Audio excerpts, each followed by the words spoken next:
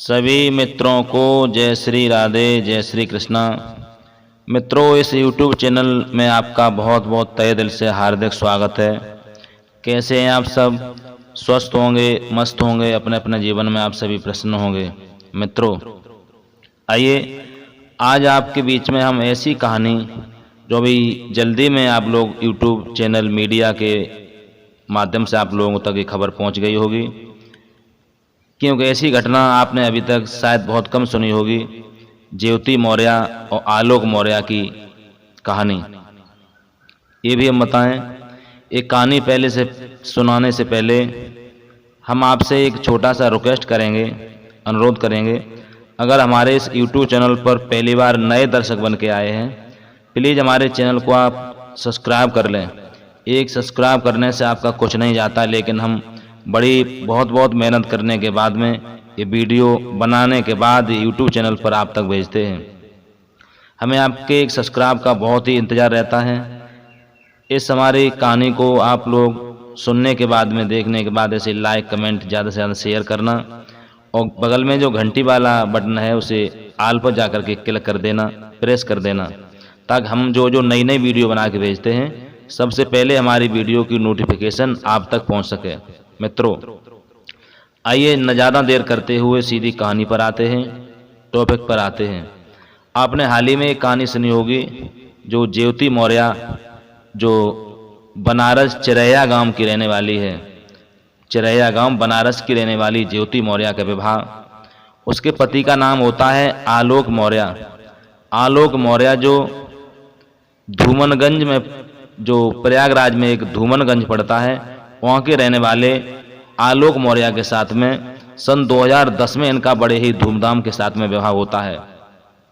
मित्रों, विवाह होने के बाद में आलोक मौर्य जो थे वो एक सफाई कर्मी के पद पर 4th क्लास की नौकरी में वो तैनात थे, यानी सफाई कर्मी के पद पर वो काम किया करते थे आलोक मौर्य।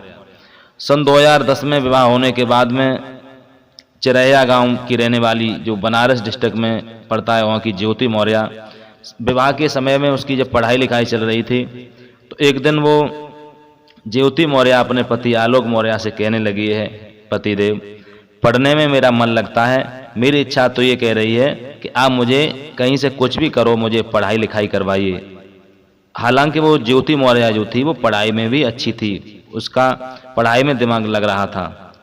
मित्रों, इतनी बात सुनी है आलोक मौर्य ने, तो आलोक मौर्य ने कहा है, कोई बात नहीं, चिंता न कीजिए, हम कहीं से कुछ करें, लेकिन ज्योति आपको हम पढ़ाई लिखाई अवश्य कराएंगे। लेकिन सुख से उसका जीवन व्यतीत हो रहा है। धीरे धीरे मित्रों, कुछ समय के बाद में ज्योति मौर्य के गर्भ से आलोक मौर्य के द्वारा 2 लड़कियों का जन्म होता है।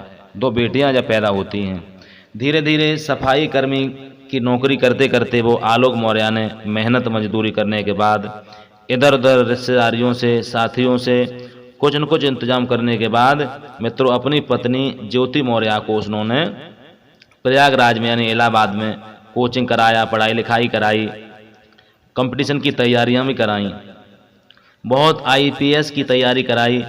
IPS की तैयारी कराने के बाद में मित्रों, विधि का विधान देखिए, कुछ समय के बाद में ज्योति मौर्य की चयन SDM पद पर नियुक्त हो जाता है, जो 16वां स्थान उन्होंने प्राप्त किया।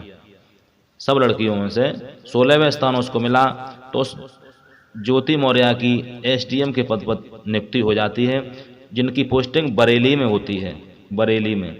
अब तो आलोक मौर्य के घर में, गांव में, रिश्तेदारियों में खुशी का ठिकाना नहीं है। मित्रों, सभी लोग बड़े ही हर्षोल्लास के साथ में बधाई दे रहे हैं आलोक मौर्य को कि आलोक मौर्य, तुमको धन्य है, तुमने मेहनत मजदूरी करने के बाद में अपनी पत्नी को इस मुकाम तक पहुंचा दिया, यहाँ तक पढ़ा लिखा करके SDM बना दिया।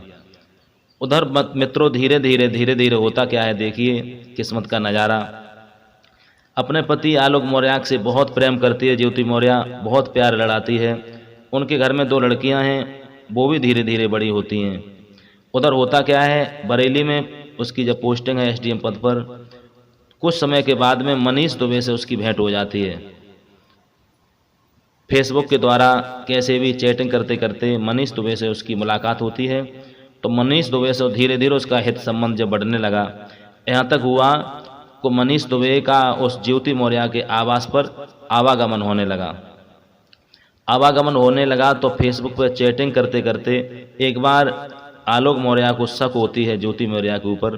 तो आलोक मौर्य ने एक दिन छिप करके ज्योति मौर्य के आवास पर मनीष दुबे को रंगे हाथ पकड़ लिया, जा करके रंगे हाथ पकड़ लिया और आलोक मौर्य जो था वहीं पर अपना सर पटकने लगा, ज्योति मौर्य के सामने रोने लगा, कहने लगा मेरी पत्नी तू धोखेबाज है, आज तूने मेरे साथ में ये अन्याय किया, तूने अपना धर्म अपना ये नष्ट कर लिया, मुझे छोड़ दिया तूने।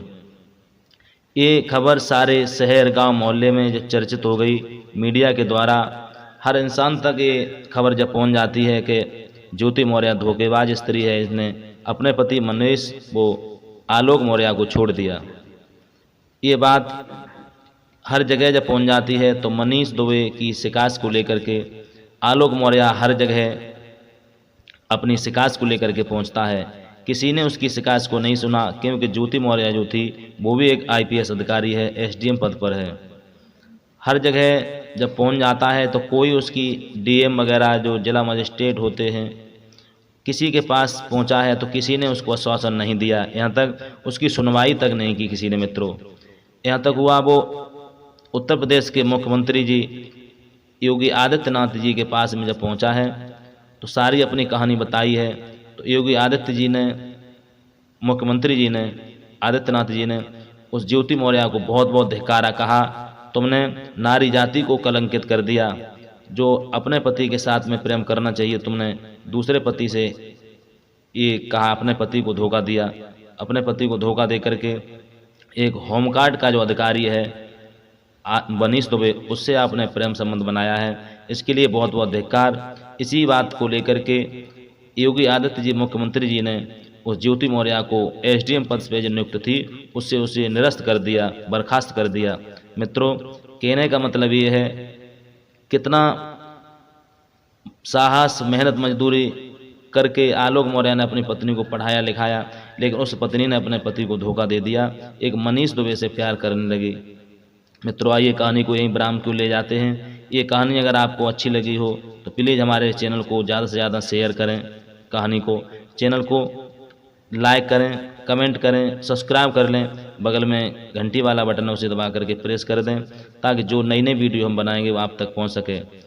इसको सब्सक्राइब करना ना भूलें। सभी मित्रों को, भाई बहनों को जय श्री राधे, जय श्री कृष्णा।